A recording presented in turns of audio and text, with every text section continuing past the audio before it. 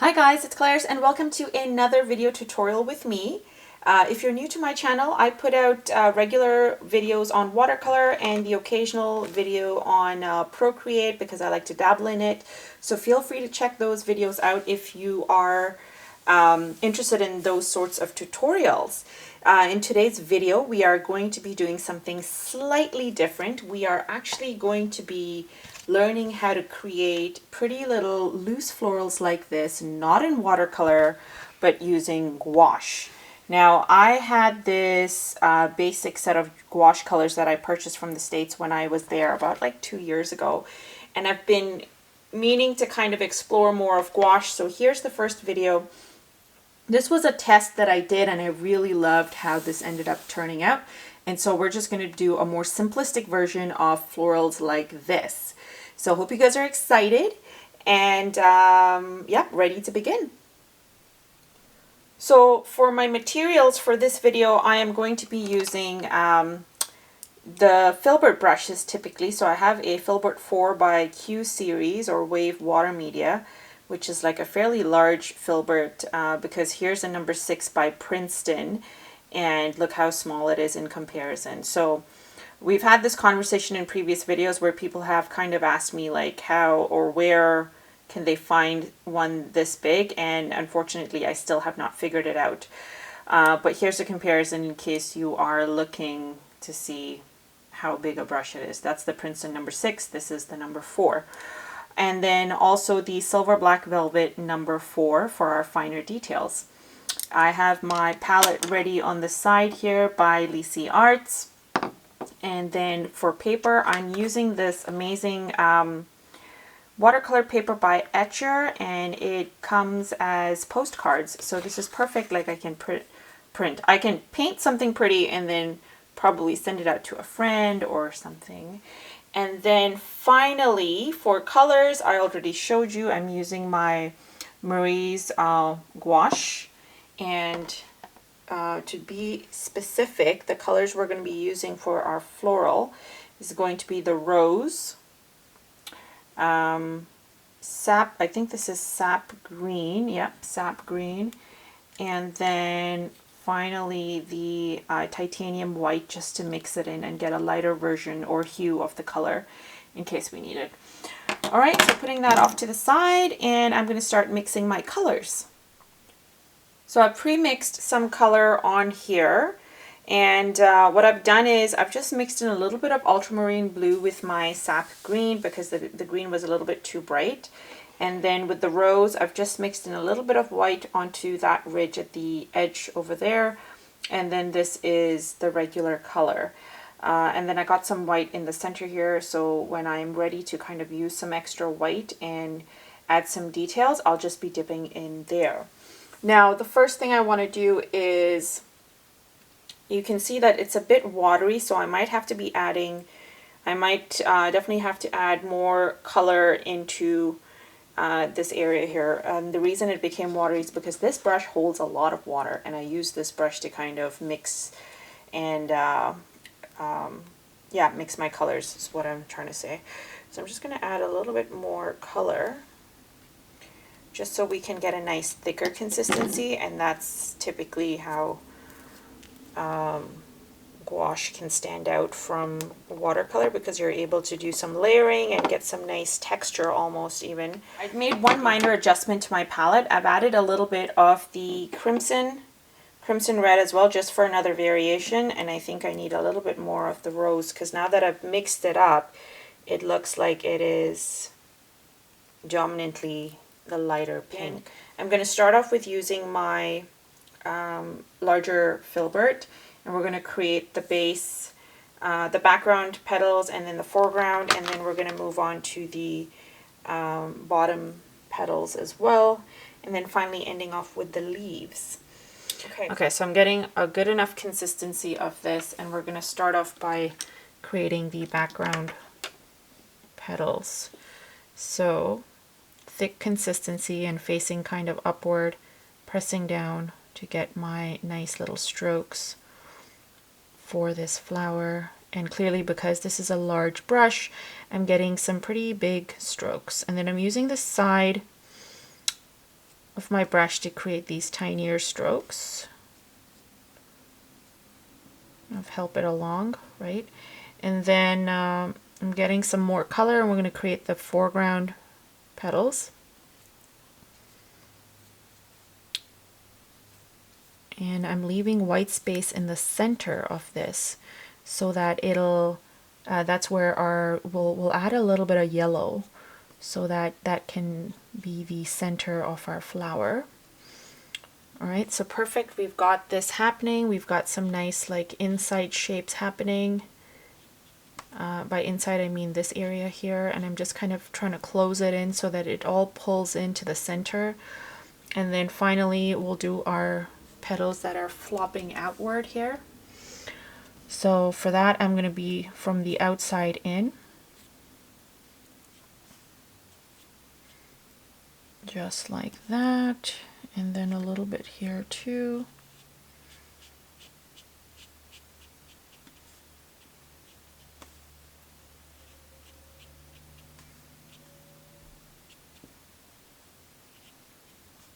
And just kind of fluffing up the sides to kind of really tighten up the floral. So see where you feel you need to add some strokes to kind of fill it up and make it look nice and full. And now once this is done, we can go in with the second color and kind of give it more details around. I still want to add a couple of strokes for this floral so that it doesn't look too much focused just on one side. So I'm going to go ahead and do that, and while the rest of it is still kind of drying. But this is typically how I would do the peony with watercolor anyways. So I'm hoping for those who have been with me for a while and you've done my other video tutorials, you kind of have the gist of what we're doing already. And for those who are new, please do consider going and checking those out so you can be better acquainted with this style. So while this is drying, I'm going to go ahead and get my second Filbert brush, and we're going to go ahead and create some leaves. Now for the leaves, I did mention I want to get a little bit of the brown mixed in, and I'm using burnt sienna. Okay, so now we've got this nice bright floral. We're going to go ahead and start the greenery. And for that, I'm going to make sure that I've taken off most of the paint from my brush so I can use the side first. And here's why I'm using the side, because I want to create a stem. So, using the side ever so lightly, creating my little stem areas so I can go ahead and lay down some nice green leaves. And so here we go. So one stroke, side stroke to the one side, and then another side stroke on the other side, and we've got our leaves. Cute and easy and fairly, yep, fun to do. Here's another one. Perfect. And I'm just going to do like another like easy stroke here so it looks like it's peeking out from behind. So it did turn out to be a lot darker, but I still like how this looks. And what we can do is we can always go in with some of the white and give it some nice highlights. So I think that'll look really nice. So let's create a couple more leaves, maybe one over here, protruding. I like to give myself an indication of where I'm laying it down and then going in and adding the leaf. That's great. Maybe even get some of that white right now. Add another leaf here.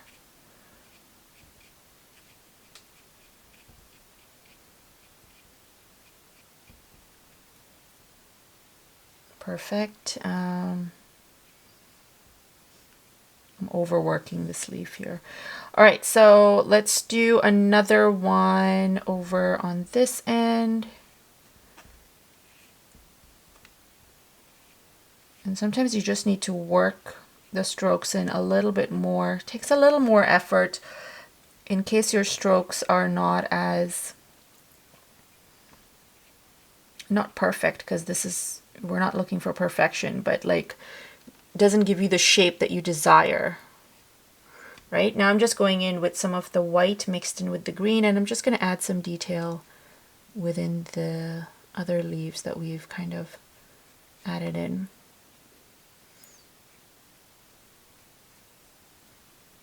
And the kind of detail I'm adding is literally, I'm just doing strokes. I'm not adding the veins or anything. You can totally try and do the veins with the lighter color, and that might even work, or even just go in with a brighter green. So you've got 3 different tones. You've got your darkest color, you've got your lightest color, and then you've got a medium color. So you've got shadow and dark for the colors that you're using, sort of representing, sorry. All right, okay, so now we're moving on to the flower itself, and I'm going to get some of that white that I have on here, and I'm going to mix it in with the crimson, because I think I've used the crimson, and we're going to give it some detailing on the inside. So this should also be a fun thing to do. So what I'm going to do is add, using the side of my brush, I'm just going to add tiny strokes like this, coming inward into the petal, getting more of that white in that crimson, adding these tiny strokes like this using the side of my brush and kind of pushing downward, pulling it downward to the center, right, just like that. And then for the outer petals, I'm going a little bit thicker because we can, and they're also thicker looking, bigger, it's a bigger space, right? So we can definitely work with that. Adding a little more white to my brush to get that variation of color, or that variation of light and dark. Adding some at the bottom here and really kind of extending it in. So I'm running out of that white, and I don't think I really need to have white all over, so it doesn't have to be consistent throughout the whole thing.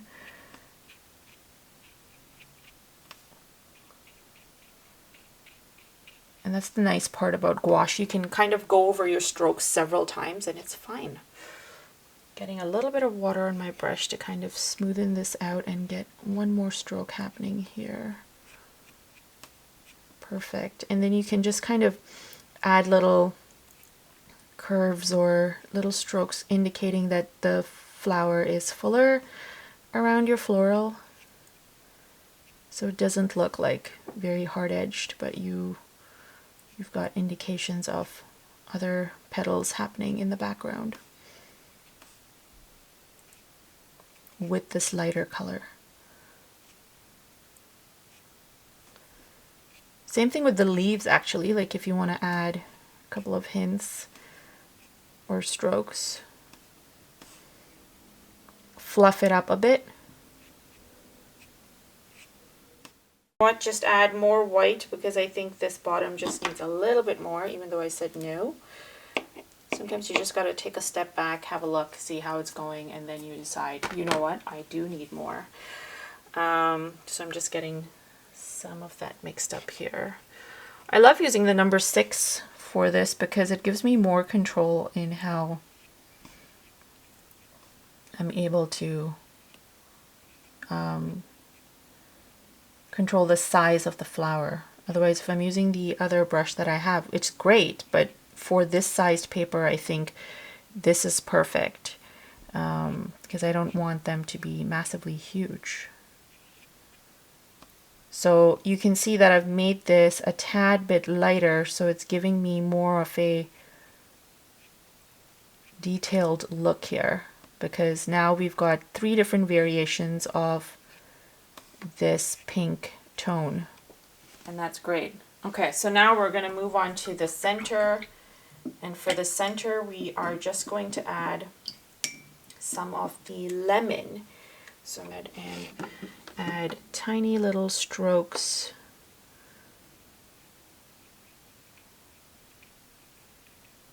on the inside. Okay, you know what? Maybe the lemon would also work. because now we've got two different colors.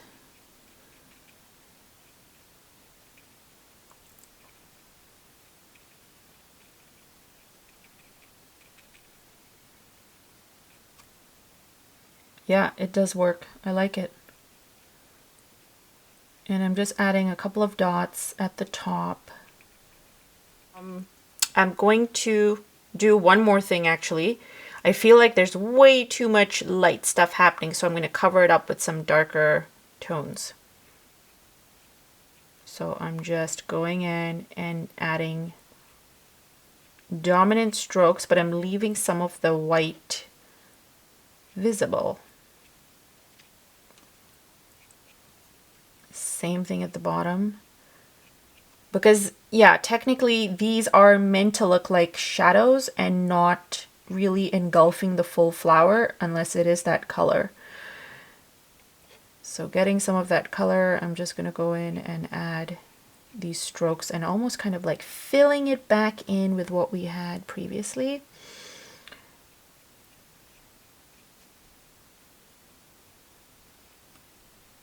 Bringing it back to that nice rich color.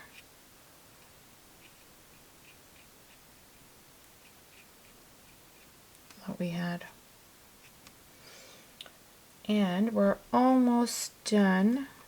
And now all the additional orange that we have, we can just kind of go in and add some nice tinier florals. And again, those are easy to do because you can just kind of take the same strokes that we've been using for this and just add it surrounding the flower. I'm just kind of perfecting my shape, the shape of this flower, because I feel like it's slightly off, and now this looks mildly better. You can just do some really simple, easy flowers just all around. So just 1, 2, 3, 4, 5, and we've got a flower. And we can continue adding a couple and kind of really make it look like it's part of the composition, and we've got something really pretty suddenly. And then you're kind of fading off into these flowers going upward. Some are maybe buried underneath this flower. Some are just hints of the buds, maybe, for instance. And yeah, you don't need to make it too detailed. So I'm going to get some over on this end as well. Just kind of have that color happening over here as well so that it looks like it's all part of the composition. And then, yeah, and then that's it for that. We can go in and add with the number 4 and just add in some greenery or white stuff. So I got some leftover green with the white here, so I'm just going to get some of that. And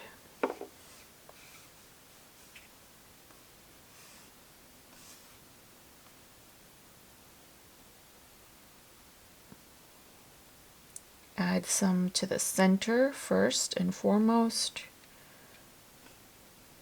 Or you can add some browns to the center too. It's entirely up to you. I am adding the green instead. And then the same thing here, and just adding some extensions of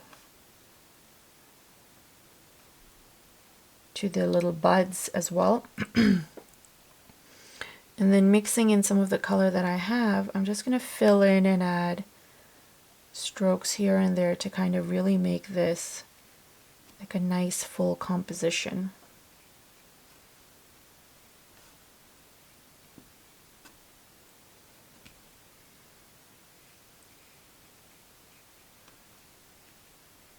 Just like that. And then we're pretty much done the whole thing. So you have like a pretty card if you have kind of followed along. And yeah, this is the full composition. Now, if you wanted to take this further and just add in some detail, like white detail within the flowers, I think that would really work and make it look good. And then maybe even adding some spine and stuff like that to the leaves that we have. But yeah, this would be the whole thing on using gouache to kind of create some quick loose florals. Let me know in the comments, guys, what you thought. This was kind of like a learning curve because I've done this twice before, and then I figured let's just do the flowers we already know and just use gouache instead. And I hope you guys like this. Like I said, let me know in the comments what you thought. Send me images of your work or just tag me on Instagram. My handle is at HelloClariceG. And if you like this video, please consider hitting the like button and subscribing to the channel if you're new to it but enjoy flowers or just learning new things. Alright guys, thanks so much for watching. We'll chat soon. Bye.